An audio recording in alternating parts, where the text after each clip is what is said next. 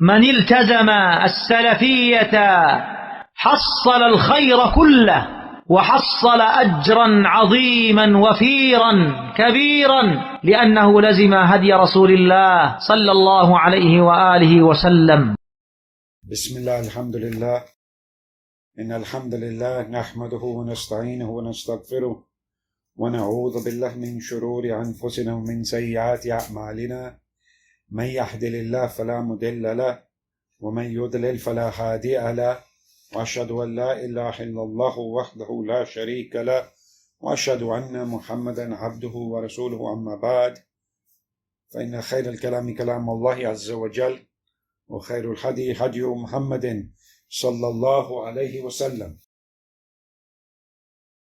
وشر الأمور محدثاتها وكل محدثة بدعة وكل بدعة دلالة وكل دلالة في النار. وبعد, we begin by praising Allah subhanahu wa ta'ala, and all praise is due to Him.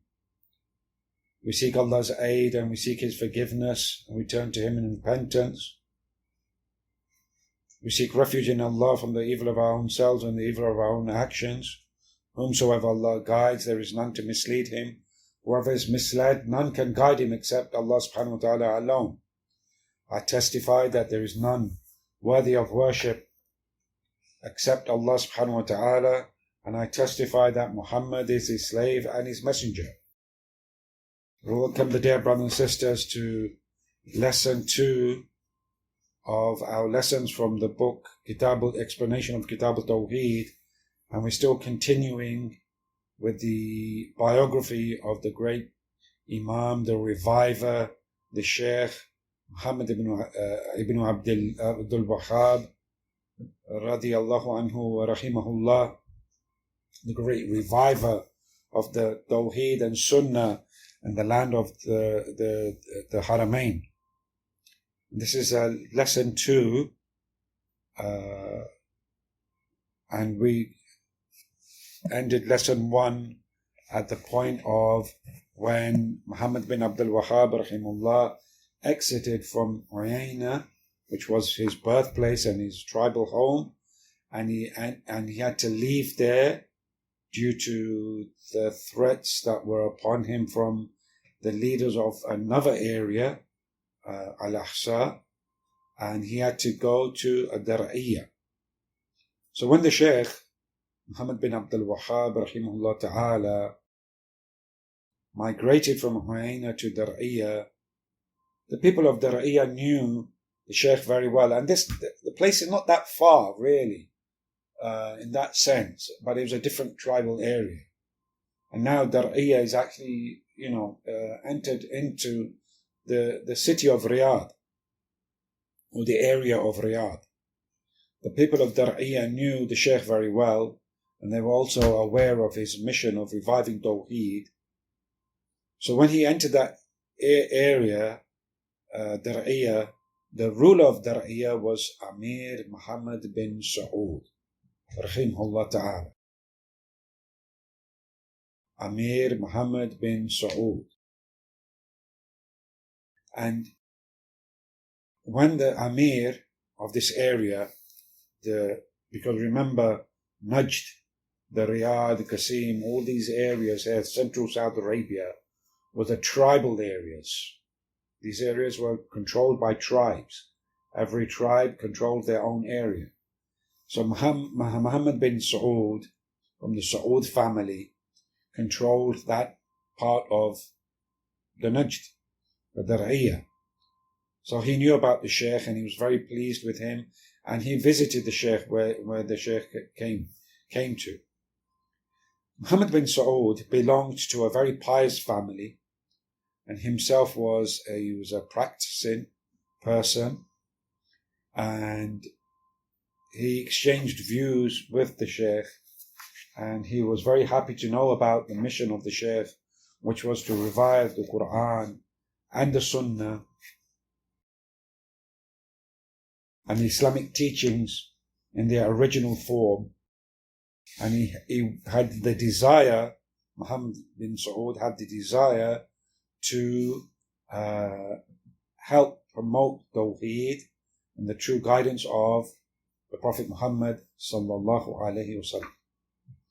So from here, the foundation for the first Saudi dynasty was established. Not a regime, a dynasty, yani leadership. See how the West, they play with words, the media coverage, how they cleverly use, how they use language. They always call it the Saudi regime or the Arab regime. And this indicates or shows some negativity, that this is something which is not good. Yeah, a regime, change of a regime. And they use this, these politicians and prime ministers and presidents use this. But in fact, they are the ones, these non-Muslim governments, regimes, who go around changing other people's country. They force themselves upon other places. So we find a lot of the north of Africa was colonized by the Italians, by the French, by the British, non-Muslim governments. So they're the regimes who go around oppressing people and taking taxes from them and splitting up their countries like they did with Palestine and these type of places, and India, Pakistan and Kashmir, these type of Muslim places. And so they are the regime. So look how cleverly they play on language. Okay, cleverly they play on language. So this was when Amir Muhammad bin Saud met with Shaykh Muhammad bin Abdul Wahhab rahimullah. It was the cementing of the foundation for the da'wah in the peninsula, the Arabian Peninsula, between the authorities and between the knowledge-based scholars. So the Shaykh began to propagate the teachings of Islam. He started to teach Muhammad bin Abdul Wahhab, and he explained to him how the Prophet ﷺ and his companions strove for the cause of Allah, for the sake of Allah, and they endured all the difficulties and they sacrificed.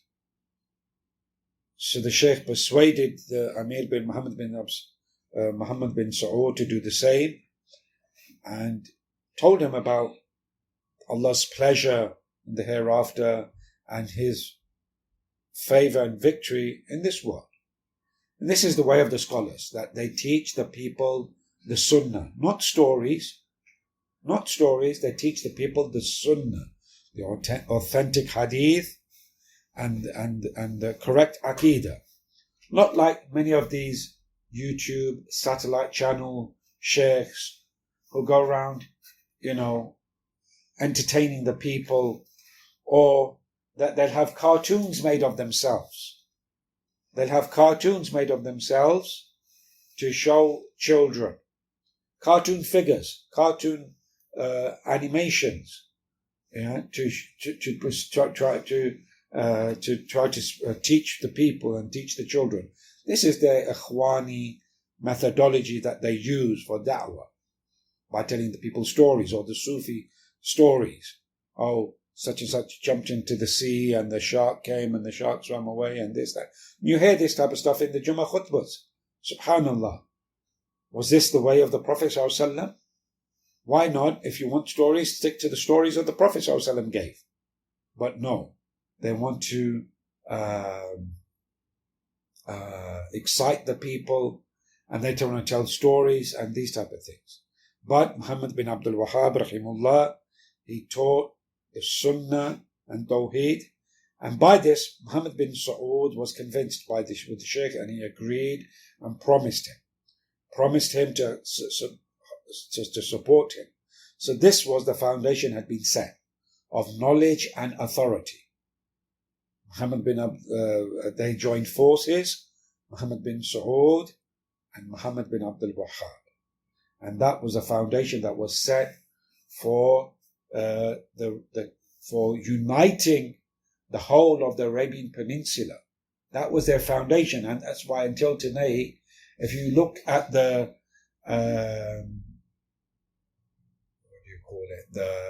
the Dastur, the rules and regulations of the country, you find that for the rules and regulations of Kingdom of Saudi Arabia is the Quran and the Sunnah. That is their foundation of their rules and regulations, the Quran and the Sunnah. Yes, there will be times when they will become weak. The Saudi government will have a lapse of Iman and these type of things, and these type of things happen because they're not perfect, they're not angels. The mistakes will occur. But however, the foundation is the Kitāb and the Sunnah. So we find that Muhammad bin Saud pledged to propagate the teachings of Islam, Tawḥīd, and mobilize the Muslims for the jihad, and emphasizing the Quran and the Sunnah, enjoining the good and forbidding the evil, and that the Shaykh Muhammad bin Abdul Wahhab will be his guide, and they will work together. So now, Dar'iyah became a center of the da'wah.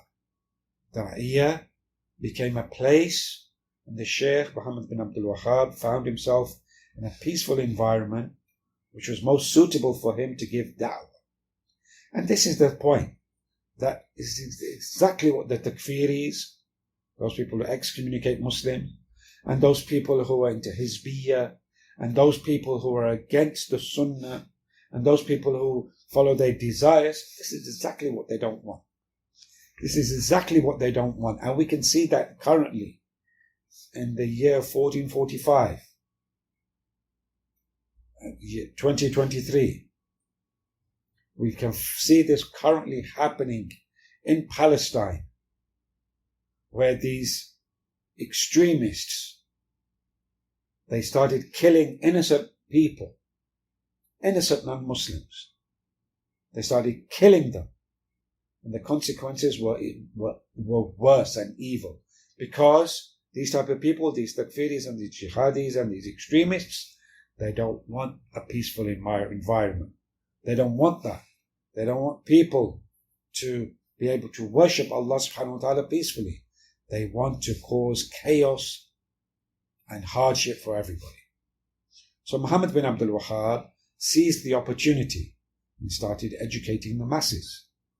And the people of Dar'iyah and the people from surroundings, they would come to him for lessons. Even Amir Muhammad ibn Saud presented himself before the Shaykh as one of his students, along with his family members. And Dar'iyah became crowded with people visiting for learning. And this was the way here in Saudi Arabia, that the kings of Saudi Arabia were likewise students. So you find even later on, like King Abdulaziz, rahimahullah, he would, to the extent that he would teach Kitāb at-Tawḥīd. He would teach Kitāb at-Tawḥīd. He was like that. And he would sit at the scholars to learn from them. Sit with the scholars to learn from them. To the point, right, in the current time, you have King Salman, حفظه الله ta'ala. May Allah protect him, and guide him, and aid him. King Salman memorized the Quran when he was 10 years old. So this shows us that this was the path and the way of the family of Saud, who established the authority in Dar'iyah and then in Najd and the whole of Saudi Arabia. They united the kingdom of Saudi Arabia, whereas before it was completely split up and separated. So Dar'iyah turned into a center of learning, and many people started migrating to it in large numbers. And we always find this to be the case. Always find this to be the case, that Allah subhanahu wa ta'ala blesses places or people or individuals, and they turn into that where they are, turn into places of learning and teachings, like we find in Yemen when the situation was right and people started migrating to a place called Dammaj, north of Sana'a, the capital, and Shaykh Muqbil bin Hadi al-Wadi rahimahullah ta'ala was teaching there, and it became a center of learning, a center of studies, reviving the sunnah of the Prophet ﷺ.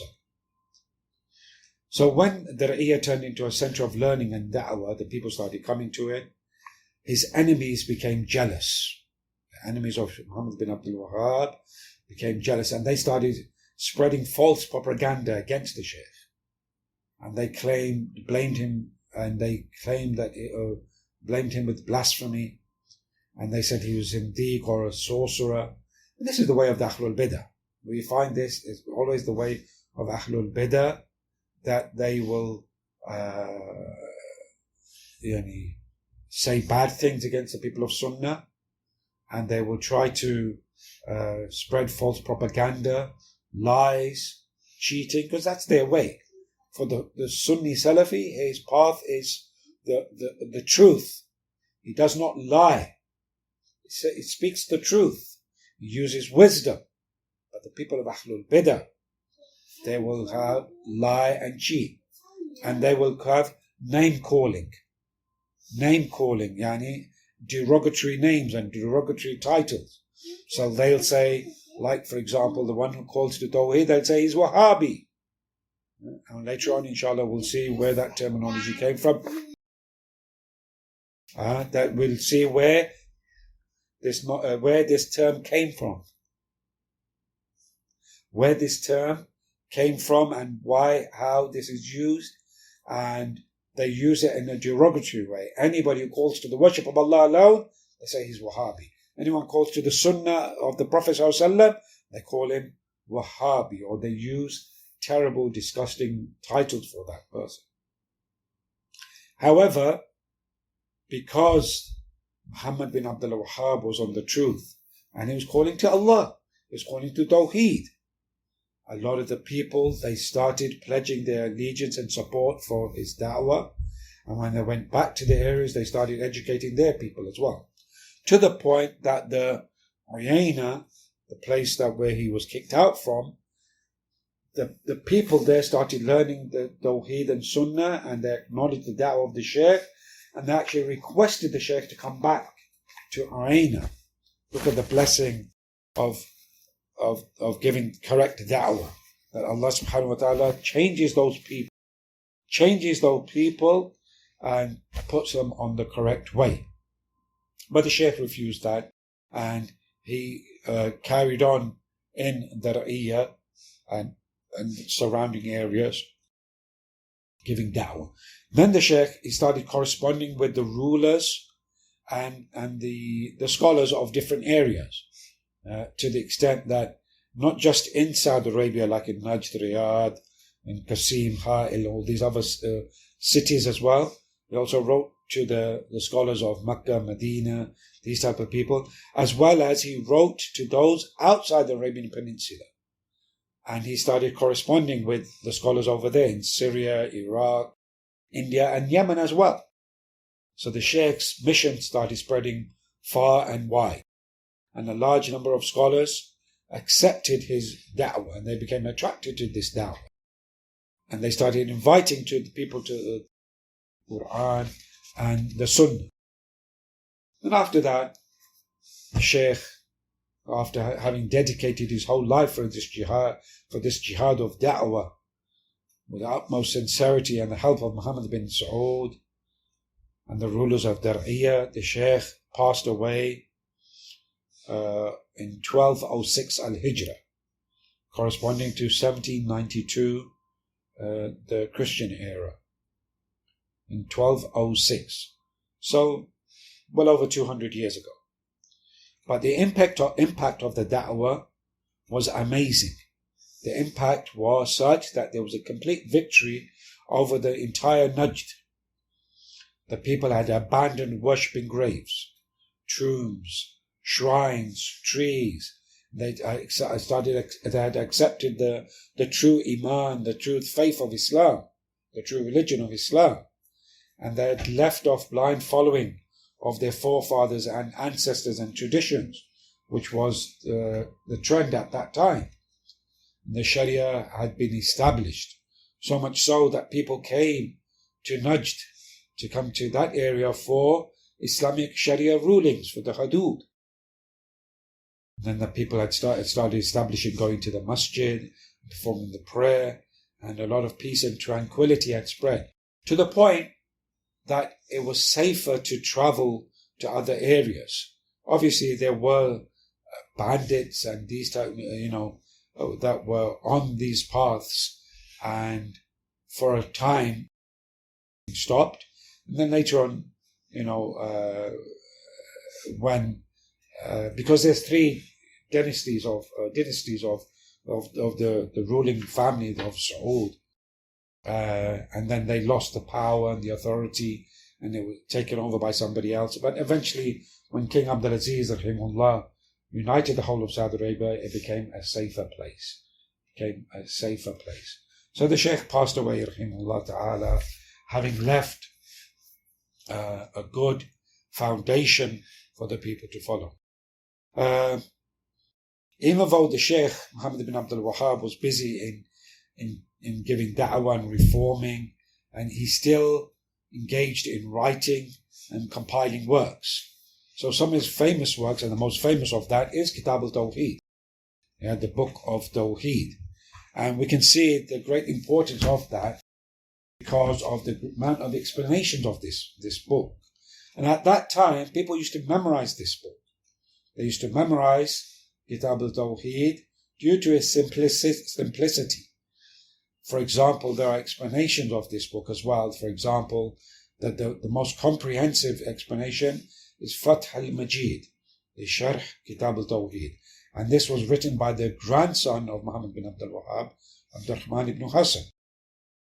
Likewise, Taysir al-Aziz al-Hamid, written by another grandson of the Shaykh, Sulaiman ibn Abdullah, which is a slightly smaller compilation. And there were many other explanations. Until today, the scholars explain Kitāb at-Tawḥīd. So we have the explanation of Shaykh Uthaymeen, the explanation of Shaykh Ṣāliḥ al-Shaykh, two explanations by Shaykh Ṣāliḥ al-Fawzān,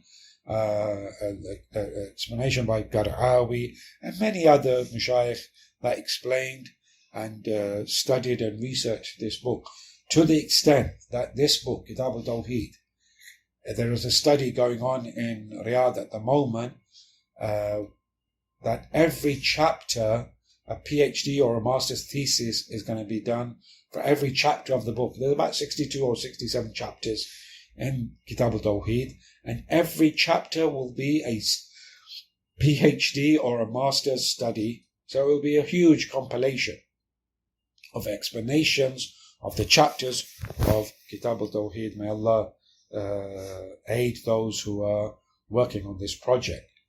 Likewise, another book, a very famous book, Kitāb al-Kabā'ir, by Muhammad bin Abdul Wahhab, the book of major sins. Likewise, Kashf al-Shubahat, another book by Muhammad bin Abdul Wahhab, and destroying the arguments that people use for worshipping graves. Likewise, he has Mukhtasar Sirat al-Rasul, which is a summary of the biography of the Messenger sallallahu alaihi wasallam, which was made Mukhtasar of Zād al-Ma'ad by Ibn Qayyim rahimahullah. This is a Mukhtasar of that, because Zād al-Ma'ad is a very famous compilation by Ibn Qayyim rahimahullah, which was he started off as a biography of the Prophet ﷺ, but then he went into explaining the different aspects of fiqh. So he starts with seerah, but then he goes into, then the Prophet ﷺ prayed, and he goes into detail and the difference of opinion of how the prayer is and these type of matters. Then the prayer, the fasting, the Hajj, and these 5 pillars. And that's how we ended up the book. But the amazing thing is that this book is huge. It's about 5 volumes, 5 huge volumes, that Ibn Qayyim rahimahullah wrote it while he was traveling. He wrote this book from the top of his head while he was traveling. Another famous book by Muhammad bin Abdul Wahhab is Usul al-Iman, a collection of ahadith of Iman, and also Usul al-Thalatha, or Thalatha Usul. And this book is one of the first books that you study when you come to learning about the works of Muhammad bin Abdul Wahhab, or when you first start studying Tawheed, is Usul Thalatha or Thalatha Usul, different versions. And that is a foundation book which needs to be studied as well.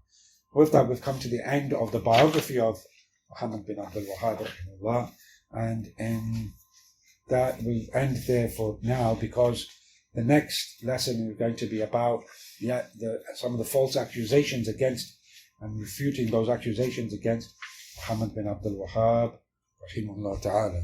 Jazakum Allahu khairan for listening. Subhanak Allahumma wa bihamdika. Ashhadu an la ilaha illallah. Anta astaghfiruka wa atubu alayk.